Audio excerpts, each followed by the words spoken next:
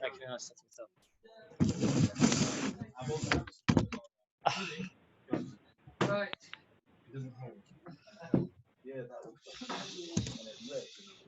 Okay, got a very lot to cover hopefully today. If I get my way, we'll see how far we get.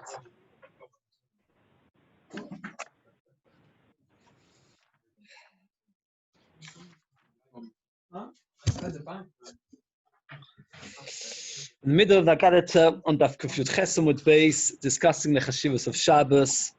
We are up to Omar B'chir Barabba, which is about 15 lines from the top. Kufyut Ches Amud base. Kufyut Ches Amud base. The more says like this. Omar B'chir Barabba, Omar B'yichnon, Kalman Shabbos, Shabbos Kelchosi. So we did that already. Now to the next one. Omar B'yodom Arav. Yesterday we mentioned that if a person keeps Shabbos, Hashem's Milchim for his Averos. We had two explanations how that's possible. Either it doesn't have to go through the kaporos in order to be sown, or there's like a shogig. Okay, Omar B'yodom Arav. In Molei Shom we saw Shabbos Yishon. If guys would have kept the first Shabbos, they showed to be no more veloshin. Then no nation would have ever been able to attack them. Shenema V'Hibrim Ashvi Yotzim Onav Leilkut. That the first Shabbos they went to gather the mon. And immediately after that it says Vayovi Amalek. So it seems like that was one because of the other. Because they went to collect mon, that's why they ended up getting attacked by Amalek. If they would keep 2 Shabbos on the run, then immediately they would be redeemed. Shabbosai is plural. If you keep 2 Shabbos, then immediately I'll bring you back to Beis Hamikdash. Why 2 Shabbos? There's an interesting thing Maral says. Well done, from this idea that Shabbos influences the days after. So what happens is like this, that the Kedusha of Shabbos spreads right for the week. So a Shabbos, which the Shabbos before wasn't kept so well, so then the preparation for Shabbos was never done properly. If you keep 1 Shabbos, so then the Kedusha of Shabbos spreads through the week, and then you've got a whole week of Kedusha, and then you build up to Shabbos. The second Shabbos is a perfect Shabbos. And therefore, a person if a Kaisel were to keep 2 Shabbos on the run, immediately we would be saved. Can you imagine such a thing? It's amazing power what Shabbos can do. Omar Rabbi Yossi. Now the Gemara is going to say loads of statements all begin the same way. The Rabbi Yossi wanted to reach the level of certain madrigas. Omar Rabbi Yossi, if only I would be one of the ones that are makbid about 3 sudas on Shabbos, he held that was a very, very important thing. Omar Rabbi Yossi, if only I would be somebody who finished Hallel every day. Somebody who says Hallel every day, it's as if he's cursing Hashem. Why? So Rashi explains it's a mockery to say Hallel every day, because Hallel is for a miracle. And you haven't had a miracle every day. So it's like mocking, it's like making fun of it, it's like exaggeration of a praise. There's a Meshech Chochmah, very interesting Meshech Chochmah. As the Meshech Chochmah says that the Gemara in Brachos tells us there's something we should say every day. Does anybody remember? Ashrei. Ashrei is supposed to say every day. So why he says Ashrei do we have to say every day and Hallel not?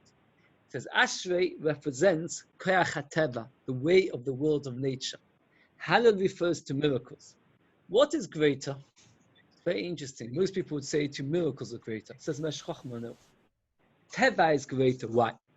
Because when Hashem set up the world, He set it up in the best possible manner, which if you use the world in the correct manner, you will then be able to serve Him and to grow better.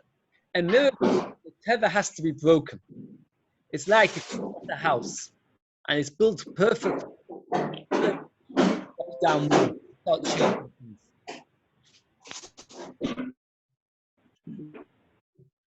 right. So B'seach Esadecha describes Hashem's Teva, that Hashem provides panos for the world. So why does Hashem make miracles altogether, says Mashach? Because if He wouldn't make miracles, we would forget that He's the one who's controlling Teva. So now He explains like this. Teva is by far the better thing. Teva is the standard way that things should go. Ness is when things need to be done to prove that Teva belongs to Hashem. So what's so bad about saying Hallel every day? If the person says Hallel every day, what he's saying to HaKadosh Baruch Hu is, I like your miracles. I like the things that you've done against the rules of nature. but nature itself I don't appreciate. Meaning he doesn't understand that Hashem is the one in charge of nature, Teva as well. It's quite a tifnei shechachma, but he answers with it a very, very lot of questions. No, it's by Yipko Vov, I think Chavdal. It's got interesting things. That it's a very it's a sadistic. It's what's the word for it? It's got a lot of chokhmah to it. We think about it. That Halal describes Nissim, Ashrei describes Teva, and really Teva is more important. Is the greater thing. If you think about when you've got something set up in a system, you have to change the system. It shows you that you made the system, but the system itself is meant to be even greater. So what's the kashi? You shouldn't say Halal every day. And it says the more key coming up is referring to the last two Hallelujahs, which are also a form of Halal because they say praise Hashem. I would love to be the one part of those who daven when the sun is red. When is the sun red? Right at sunrise and sunset. So therefore it's best to daven Shachris immediately in the beginning of the day, and Ma'ariv right at the end of the day. Somebody who davens Shachris later on in the day when the sun's already risen is not quite as great. It's not nets. So I'd love to be the one amongst the ones who daven in Dumei Chama when the sun is red. Yeah, I think he's saying that this is what I aspire to. That means he tried his best to do it. There's actually there's a mitzvah is correct to do it. It's not just a mile teva, but that is the mitzvah. You should see Hashem with the sun, and just before the moon, for every generation. So you should greet HaKadosh Baruch Hu when the sun rises and just before the moon comes out. So there's a mitzvah to daven right at the beginning of the day and right at the end of the day. If only I aspire to die from stomachache. Most tzaddikim die from stomachaches. Rashi explains that it's a very, very painful way to die. So what's good about it? That way a person gets less Gehenna. So Rabbi Yossi aspired to daven in a way, he aspired to die in a painful way in order they should have less Gehenna. Tesa explains that when a person's eaten things that he shouldn't have, the kapara for it is to have a stomachache. So therefore, Yosef was trying to get to the level where all the things that he had eaten from indulgence would then have a kapara, so to speak, with the stomachaches that he gets for it. And that way he should be completely pure, what Tesa says, like the malachim, that they've got no connection to indulgence. If only I'd be someone who dies on the way to do a mitzvah. Tshuva writes that if somebody does a mitzvah and dies, it's a very, very good thing. Why? Because it shows that the Baruch Hu was waiting for him to do that mitzvah until he finished his tafkid and then to die. It means if a person dies while he's being isik in a mitzvah, it shows that was what your tafkid, this is what Baruch Hu was waiting for you to do. But if a person dies and not in the middle of a mitzvah, that's no good because at the end of the day, Baruch Hu didn't need his mitzvahs, so to speak. I'm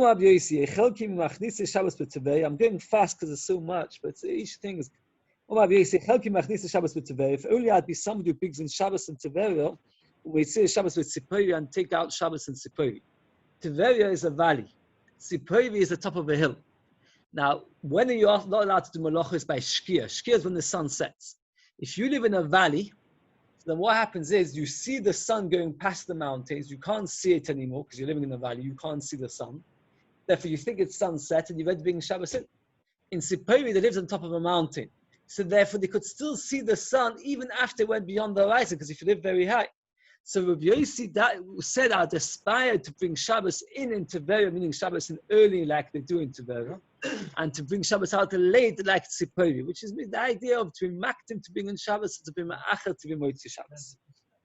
What? They're different. Yes, they're different because of the valley, the smells would get stuck there. In Tzipori, they would get blown away by the wind. Now, there's a sefer called Zmanim Kelechos, a very ancient sefer, which goes through all the halachas of how time works, astrology. It's very, very complicated time. Time is very, very complicated. When exactly it's Alois, we see there's about, if you look at the MH calendar, they have about 4 or 5 different times for Alois every day. Some of them are the back, some of them in the middle. It's quite complicated. And on this one line of Gemara, he brings 30 pages, and he says that there's hundreds of pages written about this one line of Gemara. I just wanted to say, I tried to go through all of it just to see if I can go, but I just say one very interesting idea that he brought out of this Gemara. It says like this. There's a very big shaila in the Poskim. What is Shkia? Is Shkia Imagine you live in Manchester. Manchester's not at sea level, right? I don't know if it's probably higher than sea level, right? And there are hills between here and the sea. Do we have to picture as if Manchester was at sea level? And then imagine then when the Shiur would be? Or do we go according to the Shiur of where we are at the moment? And therefore, the Shiur of Manchester will be different because we're not actually on the horizon, we're above the horizon. This is a big shayla in the post.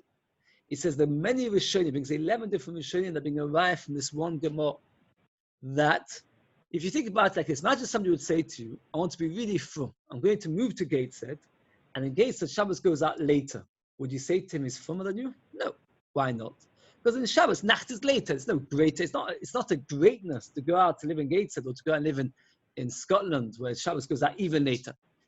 Because that's where it is. No, not because just because of that. Not just because it starts later. Because at the end of the day, that is when Shabbos finishes. If you live there, so Shabbos finishes at 6 o'clock. You go here and lives at 8 o'clock. It's not a bigger chumrah. The fact that Rabbi Yossi felt that Tzipovi was better for Shabbos going out and Tzivir was better for Shabbos going in is a right that halachically it's not so. I know it's complicated, but I said it to this with somebody. No, because if imagine the halacha would be that if you actually lived in Tiberia, so therefore Shabbos would come in earlier. So what's the grace of Gedula of saying I want to be in Tiberia for Shabbos coming in? That's not a chumrah. It's only because the emes is that whether you live in Tiberia or Tzipori. Oh, very good. Very good. No, because at the end of the day, people don't do that.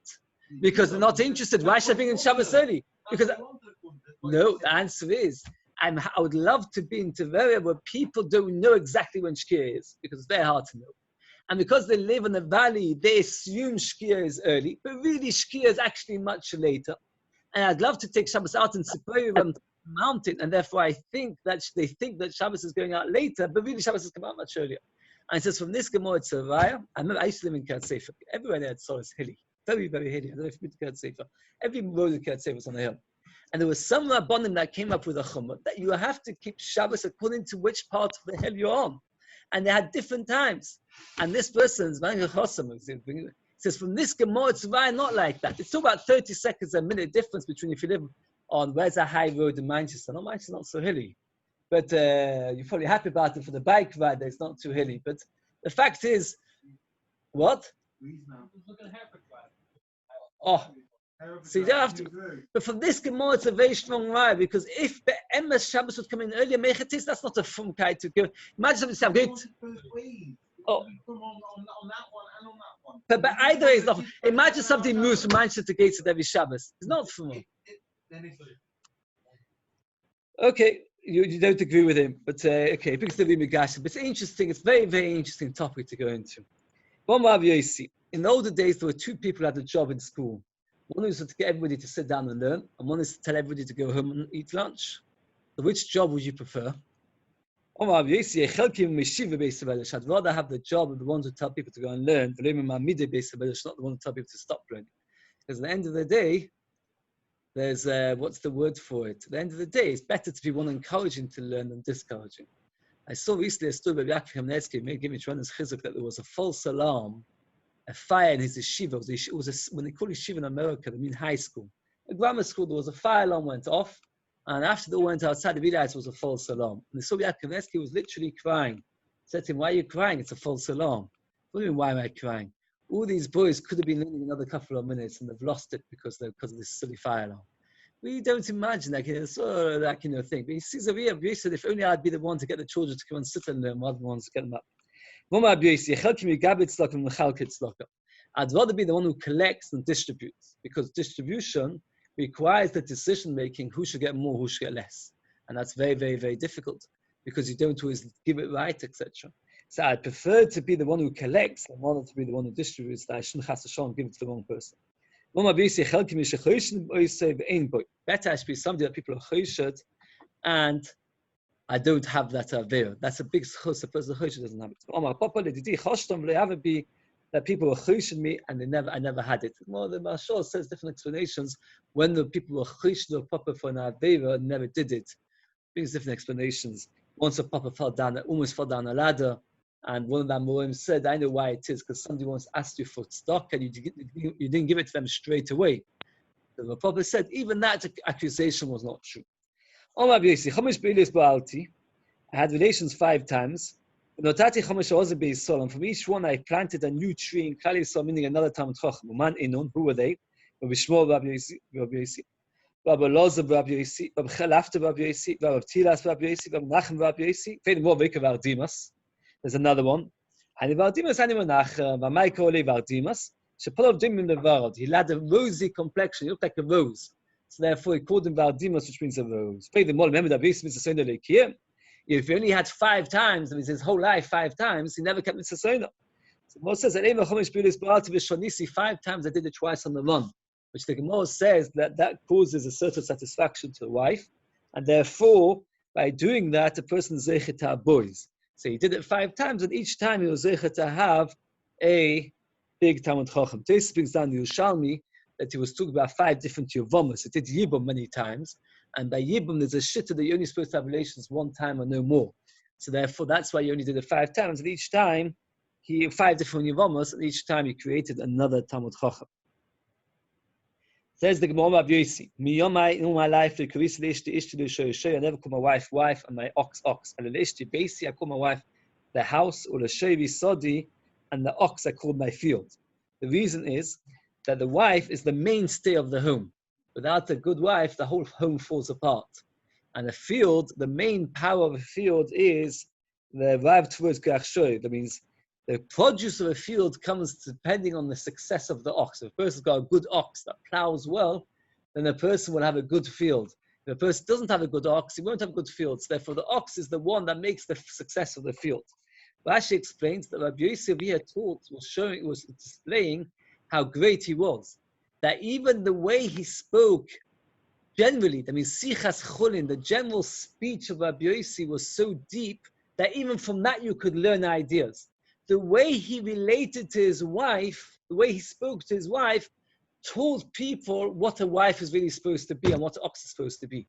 And therefore, Rabbi Yossi was saying, even from my general language, you can learn Torah. I never looked at my bismillah. It's sneers. I was Rebbe called Rabbeinu HaKadosh. He never did. So if Rabbi and Rabbi Yossi did exactly the same thing, so why was Rebbe called Rabbi Yehuda HaKadosh and Rabbi Yossi not called Rabbi Yossi HaKadosh? And says the Gemara, he had another great thing. He never put his hand past the belt. He never touched his milah ever. And that's why he was called Rabbeinu HaKadosh. Rebel Wine once told me that in his Kehillah, there's many people that are Kaddish. They'll never put their hand below the belt. If you ask them for money, they'll never put their hand past the belt to take money out. It was very upset. But anyway, Maisa, that's a tremendous Kedusha that it is, okay. One more Yossi. They never saw the hem of my cloak. In the older days, people would go to bed and sleep in bed undressed. They would sleep undressed, right? That's in brachos. So most people would take off the cloak and get into bed. When a person takes off his cloak, the way you do it is you pull it up. If you pull it up, the inside of the cloak is seen by the walls of the house because the inside comes outside, right? If you pull it up, if you pull off a jumper like that. So therefore, but Rabbi Yossi, what he used to do was, he would climb into bed, where he was covered completely with a sheet, then he took off his cloak. And therefore, the walls of his house never saw the inside of his cloak. Because when he took off his cloak, he was already completely covered by a sheet. And that showed us tremendous sneers. I never went against the words of my friends. I'm not a kohen. If they would say to me, go and do duchening, I would do it, because I don't like to disobey people. I go with the flow, so to speak. I don't cause trouble. This line of Gemara also produces a tremendous amount of numbers. If you look in Tesis, here's the third Tesis of the page. What's wrong with a soul doing duchening? And there's a big machlokes yeshinim, is the soul allowed to duchen or not? Big shaila in the first. The Maisa, we paskin that the soul is not allowed to do duchening. It's an issa gomel for his soul to do duchening. The Maisa, but the vote is, they say like this, that Rabbi Yossi, what he used to do when people would say to him, go and duchen, he would go there, but he wouldn't say a word. He would just stand there with the talis over his head and pretend to duchen, but he never actually duchened. because it's like an issa. When Rabbi Yosef was trying to say that I don't start causing hassle with people and start, they asked me to do it, and I go and do it. He was acquiesceable. He wasn't objectionable to people. I never said anything and retracted. Meaning, a lot of people, they say not nice things. And after somebody says to them, did you say that? And they deny it or they retract it. And they say, I never meant it. Rabbi Yossi said, I never spoke in a negative way that I needed to retract what I had to say. Because I made sure whatever I said was good and I would say it in front of the person, whether the person's there or not there. In any situation, I would say it. I never had to take back my words. I never had to, so to speak, eat my words. The Chofetz Chaim says the Maisa about this line of Gemara that we don't pass to it. Meaning that a person shouldn't think that there's any difference between saying something. Because some people, he said, or some people that believe that if I would speak like this, somebody would say to you, why speak in Lashon Hara? You say, I'll say to him to his face. Says Chofetz Chaim, that's not a heter. Just because you would say to his face, just because you've got such an azus upon him, that you would say this negative thing to his face, that doesn't mean, oh, the Gemara says Rabbi Yossi said that. Says Chofetz Chaim, this is Shalali B'Delechasa. So it depends. Chofetz Chaim understood that Rabbi Yossi was trying to say that that his behavior was that he wasn't two-faced. He spoke what he thought, etc. But the Chofetz Chaim says, after became with a person like that, that a person is not allowed to say something, even if he would say it in front of somebody else. Omar Nachman. Now the Gemara says a list of people that try to do a special mitzvah. The Rambam in Makkas, end of Makkas says, what's HaKadosh Baruch Hu l'zakis Yisrael? HaKadosh Baruch Hu wants to zakis Yisrael lefichach hirbo lehem Torah mitzvahs. What does it mean Hashem gave us a lot of mitzvahs? So what? What do we gain from it? The Rambam writes that a person gets the best schar if he does one mitzvah b'shleimus. If you do one mitzvah 100% correctly for once in your lifetime, you will get schar.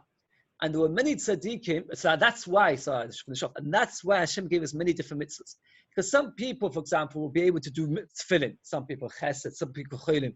If there's only one kind of mitzvah, it'll be very hard for a person to acquire that particular mitzvah. Because there's so many mitzvahs, you're bound in your lifetime to get to one of those mitzvahs and do it once correctly. That's why Hashem made it's many opportunities to be able to serve Hashem to get it right. So they explain that therefore there were many tzaddikim that would find in their lifetime, because the Rambam writes mitzvah, there were many tzaddikim that would focus their lifetime. Of course, they kept all the mitzvahs, but they would choose one mitzvah which they felt a special connection. This is where we see this in the Gemara. I'm always maked on 3 sudas on Shabbos. Oh my God, the tasty the kaimis inun tefillah that I keep inun tefillah. So over here, there's a long tasteless inun tefillah. We actually talked about this tasteless in brachas. That Tosfos mentioned it there. That Tosfos explains the word iyun tefillah has two different explanations. One which is good, one which is bad. Iyun tefillah means kavanah b'tefillah. That's very, very, very good, and the person has to have it. Iyun tefillah, to look into my tefillah to see, is Hashem doing what I asked? That's a terrible thing. So therefore, over here, when he said it was mekayim iyun tefillah, because the Gemara actually says there are 3 averos that the person is over every single day. Lashon hara, avoyos, and iyun tefillah. Well, iyun tefillah is such a terrible avera? Yes, because every day when a person davens, on some level he thinks to himself, "Efsha, I expect it." Okay, so there's 2 completely different things of iyun tefillah, right? So the Gemara says, "Tasely that I kept iyun tefillah, meaning kavanah in tefillah, not waiting to see my tefillah being answered." Well, I've never walked 4 amas without head covering. That I've kept mitzvahs tefillin, and Rashi explains that he never walked 4 amas his entire lifetime without tefillin. I never walked. The Nachman spent his entire life in the mitzvah of tzitzis. He never walked 4 amas without tzitzis. What did your father be kept? He was climbing on steps. If one of the strings of the tzitzis snapped, he didn't come off the ladder. While he was on the ladder, while he was climbing the stairs, he first fixed his tzitzis and then he came down. He was so mapped on tzitzis, they didn't want to move without being climbed tzitzis. Says the Gemara, I should be rewarded because of the fact that when I said Tam Chochem finishing Masechta, Kufi Tesmud Aleph, I make a siyum for all the Talmidei Chachamim, not just for one who did the siyum, but for everybody. So from here we see a very big inyan to make a yom tov when a person finishes a Masechta. There's some people that even bring something round get the wives to bake when they finish a perek. It's a tremendous chus. You see the Abaya said that when you finish Masechta, he would make a yontif. The Talmud Chacham comes and finds me for Tintur, I don't lie my head on the pillow without thinking how many ways I can find a way that he should win the Tintur. When Rava would have a Tintur, he would spend a lot of effort thinking to himself, how can he help this Talmud Chacham do well in the Tintur? I can never pass them for Talmidei Chachamim. Why? My Talmid Chacham I love Talmidei Chachamim like myself. A person doesn't see negative things about himself. So therefore, he can't pass them for Talmidei Chachamim because he still loved Talmidei Chachamim so much that he wasn't somebody that would be able to pass them for Talmidei Chachamim because he felt so close to them. Did anybody remember where else we talked about loving Talmidei Chachamim in Gemara Shabbos? No, more in Madlikin, that somebody who loves Talmidei Chachamim will be zeichet to children Talmidei Chachamim. Rav Chanina Me'atef, he would wrap himself in the talis v'koya panidim al Shabbos in the evening of Erev Shabbos. Amar boy v'neitzli kol Shabbos amalko. Let's go out to meet Shabbos. V'gan elavish money. He would raise Shabbos clothes, Mali Shabbos before Shabbos would come in. Amar boy kalo, and it's based on the medrash that Kali Sol on Shabbos or Chosin and Kalo. That the Medrash says in Parshas Bereshis that what happened was every day he's got a partner, 1 and 2, 3 and 4, 5 and 6. Shabbos says I've got no partner, I've got no shutaf. Baruch says Klal Yisrael will be your shutaf. So Klal Yisrael Shabbos the Kal.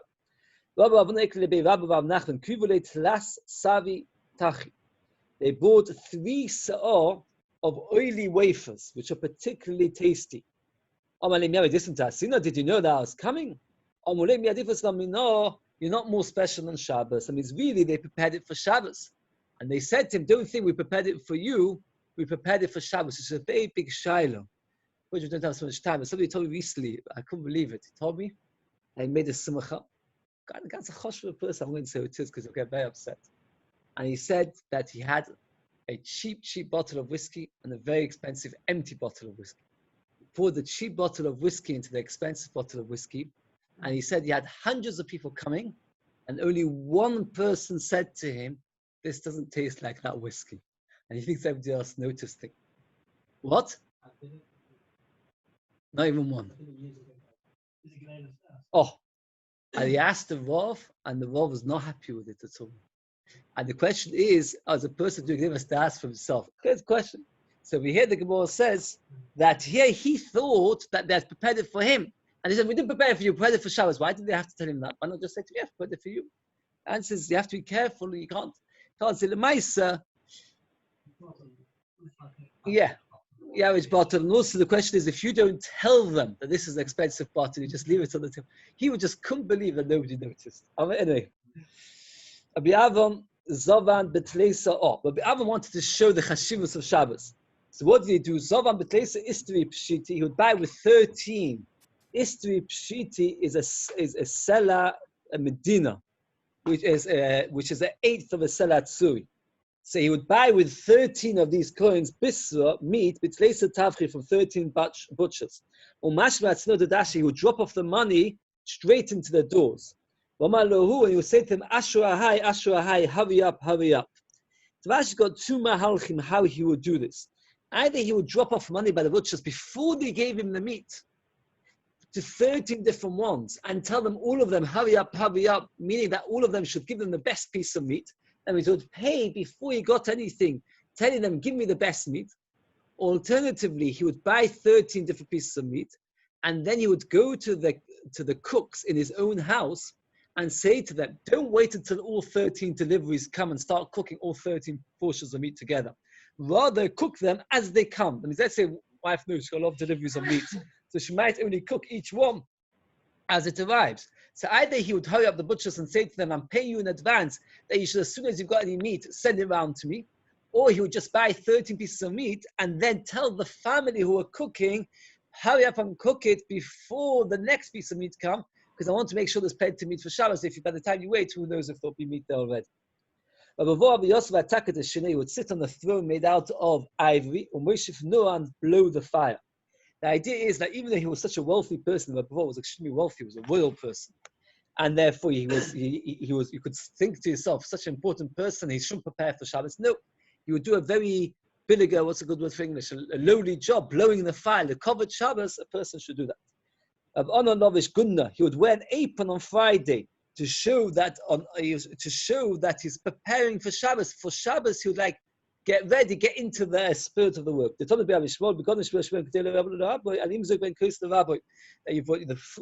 clothes you use to prepare, you shouldn't use to serve.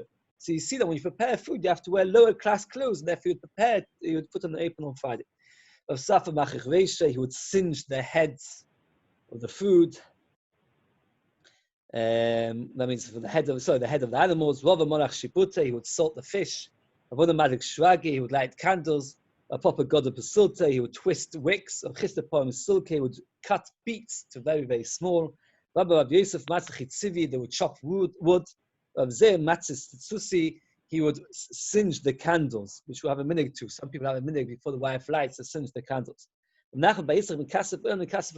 would carry on his shoulders burdens and take things in for Shabbos. He would schlep stuff for Shabbos.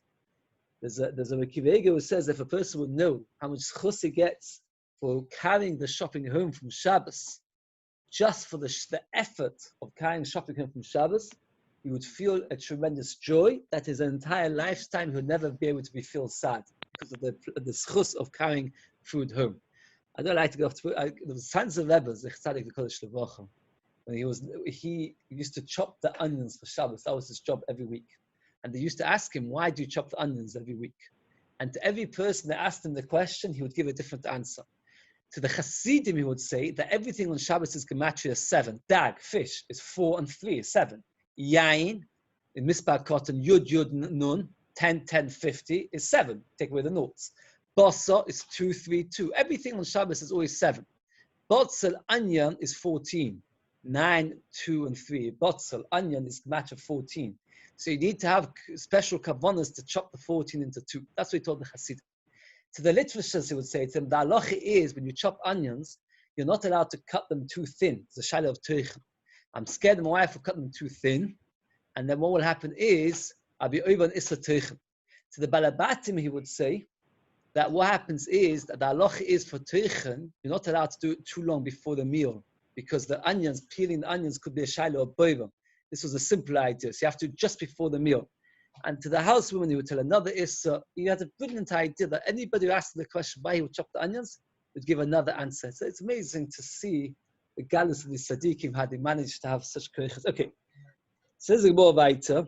Omar, so Nachman Bar Yitzchak would schlep stuff in. He would say, if Abami Vavasi would come to visit me, would I not take burdens inside? Imagine somebody who gets ready for Shabbos. He should say to himself, how could the Esper come to my house? Would I not get busy? They would schlep stuff in. Would we not schlep stuff? If a Birchen would come to visit us, would we not work in the same way? The Basilas is showing in Perek 18, he talks about Chasidus, tremendous avichus, and he says from this Gemara, this line of Gemara, he says one can learn so much. Why? How can you learn so much in this Gemara? He says because the Gemara is telling you the spirit of how to serve Hashem. That just like they would say, if a Birchen would come into my house, what would I do? How would I behave?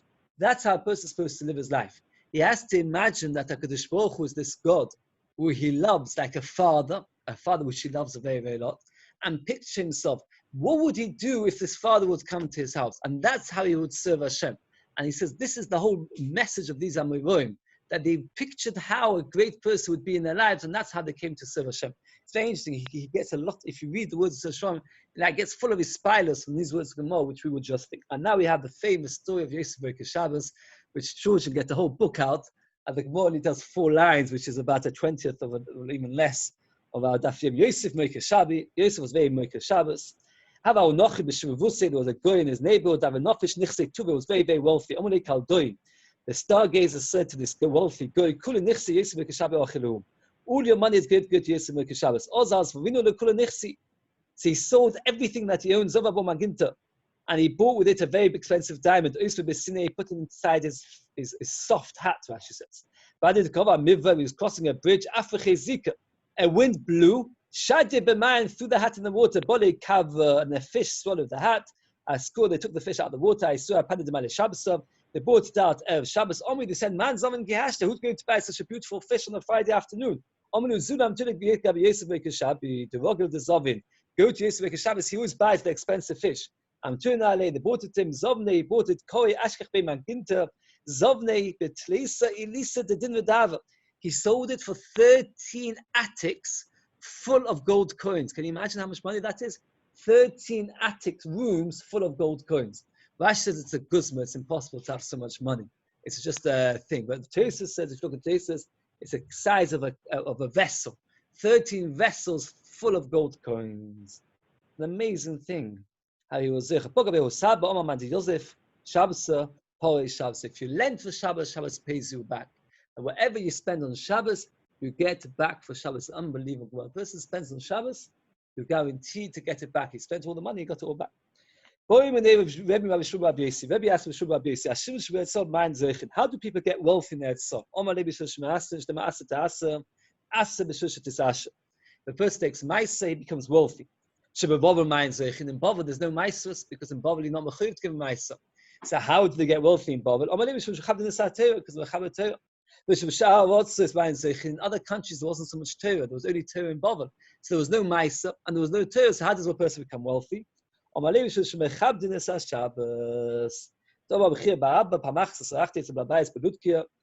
once by a host, and they brought in front of him Shulchan Shazov, a table made out of gold, 16 people had to carry it. He had 13 chains of silver. Some say that the chains of silver was to help the servants carry it, and some say it was to attach all the ornaments onto the table, like that candelabras hanging by chains of silver. The ka'orois, and they had bowls, the koises and cups, the containers and jugs, with sluchias and plates, kavuzboy. For all of komine ma'achol v'chomine begodim u'mesamim, they had all kinds of food, all kinds of tasty things, fruit, and all kinds of besamim. When they put the table down, everything belongs to Hashem, because we haven't yet said the bracha. That Hashem gave it to human beings to enjoy.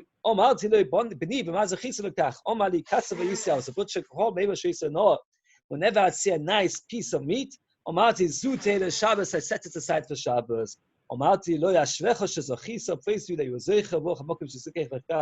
And blesses Hashem who gave you such rewards. You see that when a person gives money for Shabbos, then he gets it back. Why does this food of Shabbos smell so good? If we put a special spice, it's called Shabbos, and that makes it smell good. Give some of it to us. If you keep Shabbos, it helps. If you don't keep Shabbos, it doesn't help. That something which is Kaddish to Hashem should be mechabed. Kaddish is usually a lotion of something which is not food and drink. It's an expression of something which a person's Kaddish, Kedusha. So how you mechabed the day which is Kaddish? Yom Kippur is referring to Yom Kippur. Since on Yom Kippur there's no food and drink, and the Ma'aseh there's a mitzvah of covered Yom Kippur, there's a special mitzvah of Yom Kippur, so then you have to wear special clothes because it's the only way to mechabed Yom Kippur. This is going back to Shabbos. Some say you should have the meal early, some you should have the meal late. Tosfos says, but at the top two, we actually did every single Tosfos of this whole day, the Kufet Ches and also this one. Tosfos says, we said the outside of them at least. Tosfos says, why? He says they're not arguing. Why not? Like this. Sometimes having a meal early is covered, sometimes having a meal late is covered. If you always have a meal late, and now you have a meal early, so that's a covered for Shabbos, because you're showing that for Shabbos you had a meal early. If you always have the meal early, so when you're eating it, you're not so hungry. So now on Shabbos, you wait until late, so you're starving. So when you eat the food, you enjoy it better. So there's an element of covered in eating meal early, because you shmak already, eat already. There's an element of covered in eating meal late. So Rav and Shmuel are not arguing. One of them always ate the meal early, so the Shabbos ate it late. And the one who ate it late always ate it early, so it's just, you have to do something to Mechabed Shabbos. More explains this more in detail. We have meat and wine every day. What should we do? If you have early achor, if you eat late, eat it early. Interesting more. In the summer, Jesus was blind, and he wanted the people to stop the shiur when it was time to eat. And he was blind, so he wouldn't know how late in the day it was. And he was worried that his shiur on Shabbos would go overtime, and then that way people will not enjoy the Shabbos meal. Can you imagine such a thing? He was worried that the shiur would go too long. So what did he do? In the summer, he would make them sit in the sun, which would be uncomfortable because the sun beats down.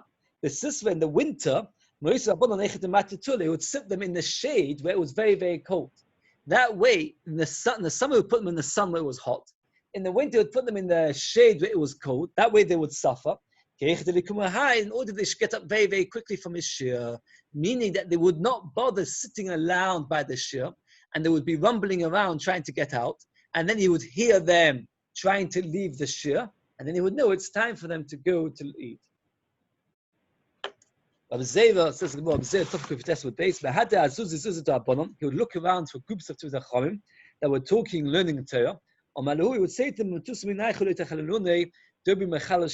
meaning that what should you do? You should go home and eat a meal. Don't spend so long learning. You should go and eat a meal. And the Vif of the Paskins, that one is not allowed to push off the meal, even if he's eating after Chatzos, because that's by far too late. So if a person is sitting and learning and davening, what should he do? He has to make sure to stop in order to eat. Even if a person davens by himself Friday night, a person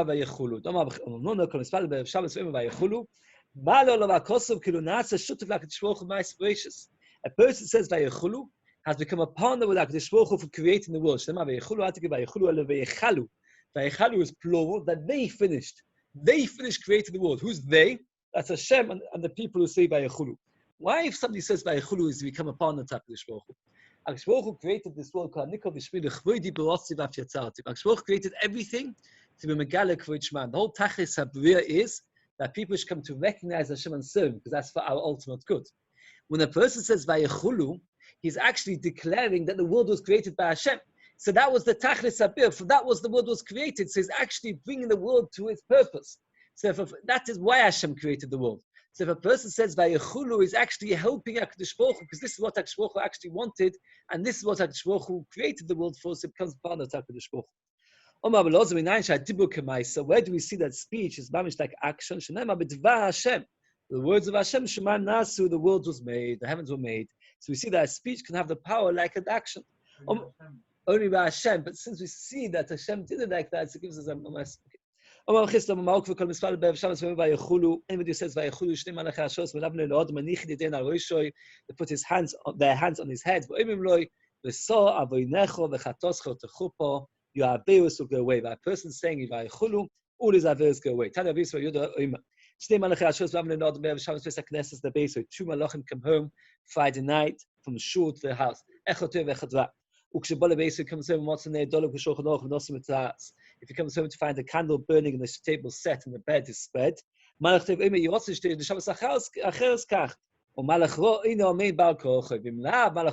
it's not set and there's no candles, Malach says it meant by force. Since we've done every Tosfos, we'll do this one as well. And Tosfos asks the kasha that the halacha is, the Gemara Pesachim tells us, that you don't bring the table to the person who's about to have the meal until Kiddush. Why? The reason is, in the olden days, nowadays we don't really do that. In the olden days, they would have small, like coffee tables. To show that the only reason you're having the Shabbos meal is the covered Shabbos, what they would do is they would make Kiddush, and then bring in the table into the room, to show that only because of Kiddush are bringing in the table. So Tosfos asks the question, so why would the Malach come home, would you see the table set? When you come home, you don't see the table set, the table's not there. So Tosfos answers a simple answer, that what? That the table's set, but it's not in your room, the table's set in the kitchen. And then you'd say Kiddush, and then the set table is brought out from the kitchen into you. And Tosfos adds that nowadays, that we have these big tables, we don't do this din, and we actually set the table before Kiddush. And therefore, we don't keep this halacha. But the Gemara Pesachim says you shouldn't bring in any food until after Kiddush to show that you're only having the food because of Shabbos. Candles. Okay, so the candles you can have in the room, but the table you bring in later. They bring the candles onto the table. I'm saying the fact that the candles are there. I put this Gemara. Yeah. Lighting. Yeah. Lighting. That's right. They should have it all prepared. I always find it hard. Sometimes you come home with the house is taka balagan. And you have to understand that the malach, it doesn't mean and the person didn't try for Shabbos. The fact that the children are running around and messing and all the rest, that's you can't complain about it. That's the malach is still satisfied. A person should eat Friday night a meal, even if he's full, and he only wants to eat a kazais. How is that possible? That let's say, for example, a person had a sudas mitzvah before Shabbos, let's say bar mitzvah or bris, and because of that, he ended up being full when Shabbos comes in. He should still sit down and eat something Friday night.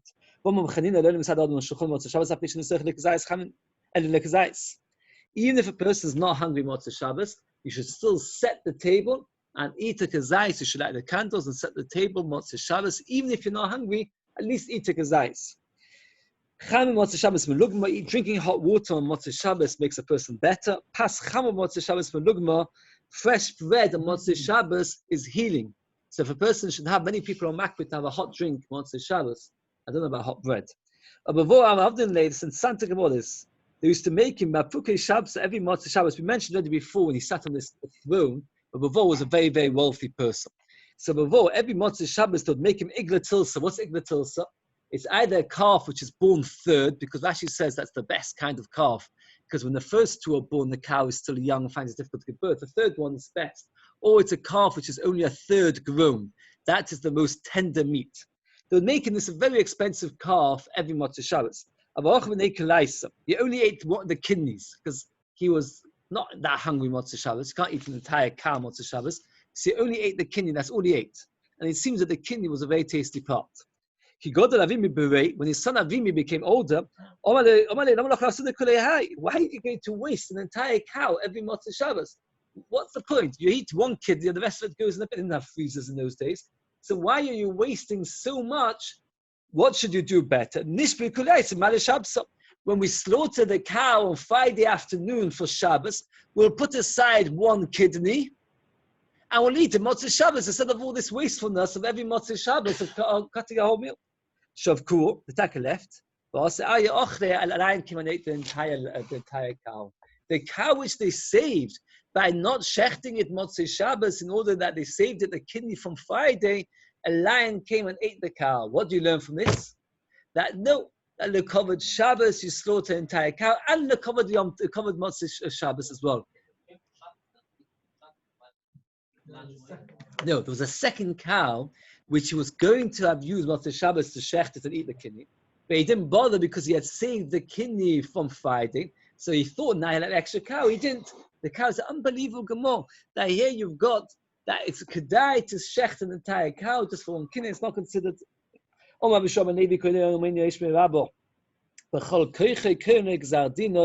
tear up his gzardin. Oh, we keep to all the tastes. Look at the second tastes. Pirush b'chol kavanos, Tesa says, with all his kavana. V'viyoma, the yesh b'psikta ma'isa b'shmor. She's on the yesh b'godu b'kol lom. V'vating says kashas. Two pshatim and Tesas. Amen yesh rabba either with your whole kavana or with a whole voice. So when you say Amen yesh rabba, you should scream it. I don't know. I didn't know what to say, but he's screaming Amen yesh rabba mincha. What's going on? Not in the Gemara yet. It's more. That's what the word says. It means b'chol koiche. It doesn't mean the two pshatim konig zardino. Shenema. Now we're going to have a lot of droshes. Before our voice be saw, when Hashem gets rid of punishments, it's native on Baruch Hashem. My time before our voice. Why does Hashem pay off the punishments? Why does He get rid of the punishments? For the Baruch Hashem because the best God is so. If Chas V'Shalom, a person's got a tiny bit of a inside him, but he says, Amen Shmei Rabbo, with all his koyach, meaning with all his kavana, or with all his koyches, with all his energy, then Moichin Lo, we forgive him even if he's got a desire. Ksivach b'far p'vois, ksivosam ki porua, who by the egel, it says the word porua, and that refers to the fact that Christ to the egel. So even if a person has Shemaz done a desire, but a person, if he says Amen Yishma, Baruch forgives. Omar Mishlokish Kolen Amen B'chol Koyche Pischel Shai Gan Eden. Shenema Pischu Shom V'Yovay Ged Tzadik Shema Emunim. Shema Emunim Pshat is God's faith. He guards the faith of Hashem. Atik Shema Emunim LeShoimim Amen. It's two explanations. Either the word Shema can be read She'oima, that he says, or Shema can mean V'Aviv Shoma Es HaDavar. He anticipates. So Shema, he anticipates Emunim. He anticipates the opportunity to say Amen. It's just in Pshat, two explanations. Either Shomim Emunim, that they She'omim Emunim, that they say Amen, or Shomim they anticipate. Yaakov waited for this thing to come to fruition. So that's my Amen. What's with Amen? Look at what Tosfos. Every time you say the word Amen, you should have Kavanah Kein Melech Ne'emon. Again, I haven't seen people married about it, and the truth of the matter is the word Amen actually means it is true. The Shmuel says you have to think it is true. Not you don't. Okay, but Tosfos says if you want to be extra machmir, you should think Kein Melech Ne'emon. In Adikim Mitzvah, fire is only found in Mokum Sheish Chilul Shabbos. Only if the place is a Chilul Shabbos. If you don't keep Shabbos, the fire won't go out. There won't be people around to put it out. And since there won't be people to put it out, so therefore everything will burn down. So Chashom, if a person is the Shabbos, that causes fires to break out. Yerushalayim was only destroyed because they were Chal Shabbos. They ignored Shabbos and I became profane amongst them, meaning that I decided that if they're not keeping Shabbos, I'm not going to be amongst them. But they didn't keep Shema. In the morning they wake up and all they chase after is beer. That what they do is at night they're only drinking wine. And they don't look to what Hashem did. And that is Shema, which describes that Hashem created the world. That's why my nation went away into exile. So we see over here, but not keeping Shema, they stopped children learning Torah. Because the child is outside. Why should you pour the punishment on them, the anger of Hashem, because children are playing outside and they're not in the base medrash learning. They didn't have embarrassment from each other. Because they're not embarrassed of each other, they weren't scared of doing averos because other people didn't tell them off. So therefore, that caused Yerushalayim to be destroyed.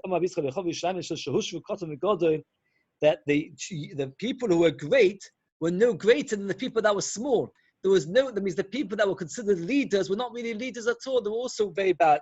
The Kohen behaved like a normal person. The land should be withered and destroyed. They didn't tell each other off. They didn't find where to graze.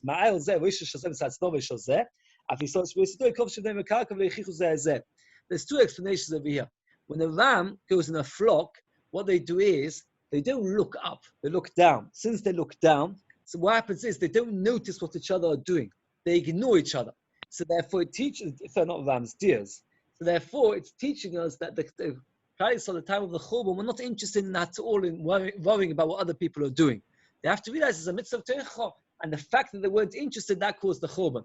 There's another pshat, but the other says very interesting. He says like this, that when deers run around, what happens is like this, they go very tight, packed. And what happens is that the head and the nose of the one in the back is stuck into the behind of the one in front. And then normally a person would be put off, because you stick literally your face into the person's back, the person's dirty place. But the deers, they don't care, they don't notice such things. They cram together, and it doesn't bother them. The same thing he said that Klali, so when they came to the Churban, they would see other people doing averos, they would see them behaving in a despicable manner, and it didn't disturb them at all. And because of that, therefore, so if that's the case, I can't have Yerushalayim standing there anymore. They embarrassed with the Chacham.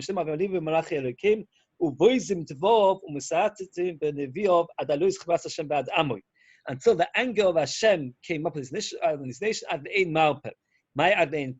does that mean? A person who will never get healed. Don't touch those who are anointed and don't be harmful to my prophets. The children in the olden days, they would pour oil on their heads before they went to school, that they should smell nice. So Mashiach is the anointed ones as the children going to school. So don't touch the children going to school, don't stop them. Don't harm my Nevim. I really want to get to this, I don't have the time. I just tell you a very, very interesting medrash which went out of Chizuk. There was a woman in the time of Elisha, the wife of Avadia, She was very, very poor. The Haftarah Pashas, but yeah, what happened was he told her to pour oil into the jugs, and what happened was more and more, etc. So the Medrash asked the question, if she was such a poor lady, why was the only thing that she had was oil? Why she should keep flour, water, bread, why oil? The Medrash says that the olden days they would pour oil on the children to go to school. And everybody knew that the father had been a big tzaddik of Adya, and he died in poverty.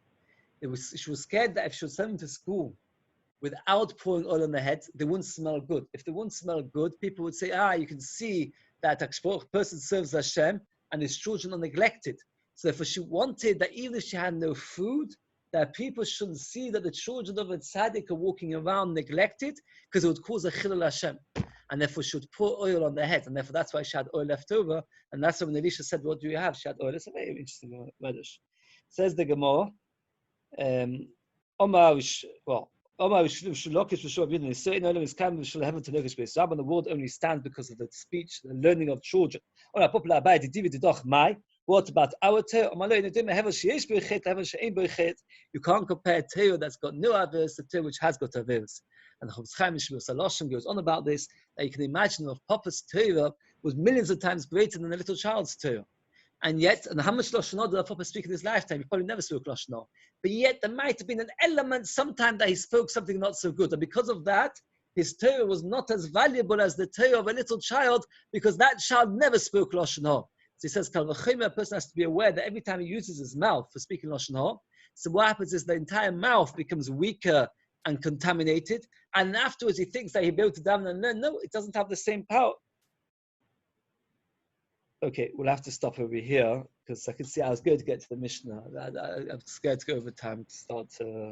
Relative Omar Vishlokish, Daf Kuf Testament base, 6 lines from the bottom, and I'd very, very much like to finish the period of Shabbos. Are we settled on this? That Shabbos, the Shiur is 8:30. Right. Okay. 9:45.